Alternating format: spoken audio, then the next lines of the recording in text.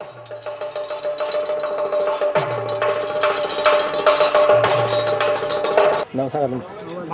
नाव सायली हनुमंतराव जाधव, मी गोपूजवरून आले.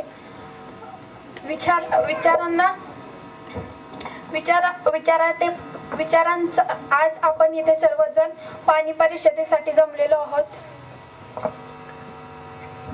16 गावांचा हा पाणीचा परिषद आहे, पण एवढे जण आपण जमलेलो नाही आहोत.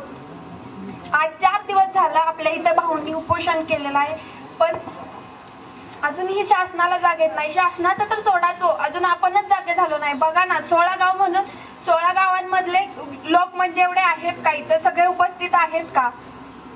हे तर शिवाजी इतिहासातल्या गोष्टी सारखंच झालं ना. शिवाजी महाराजांनी गड घेतल्याशिवाय प्रतापराव गुजरांना आपले तोंडही दाखवू नको असं म्हणल्यावर वेगात मराठे वीर दौडले फक्त सातच, बाकीचे कुठे गेले?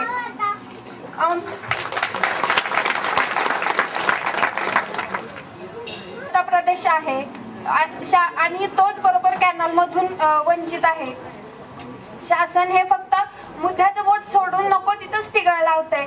आता बघा ना, कार्यकर्त्यांनी निवडणुका जिंकायच्या म्हणल्यावर छावणी आणि पिण्याच्या पाण्याचा टँकर हे ठिकाणच नाही का? कार्यकर्ते म्हणजे काय? शासन म्हणजे काय? आपण आपल्यातले निवडून दिलेलेच प्रतिनिधी आहेत ना. तुम्ही निवडणूक करताना डोळे उघडून निवडणूक करा, म्हणजे असे तुम्हाला आंदोलन करण्याची वेळच कधी पडणार नाही.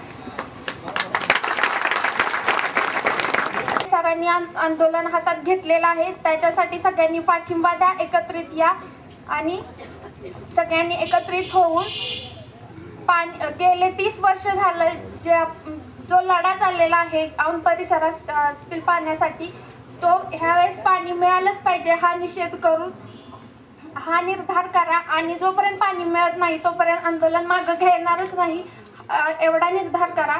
एवढे बोलून मी माझे 4 शब्द संपवतो.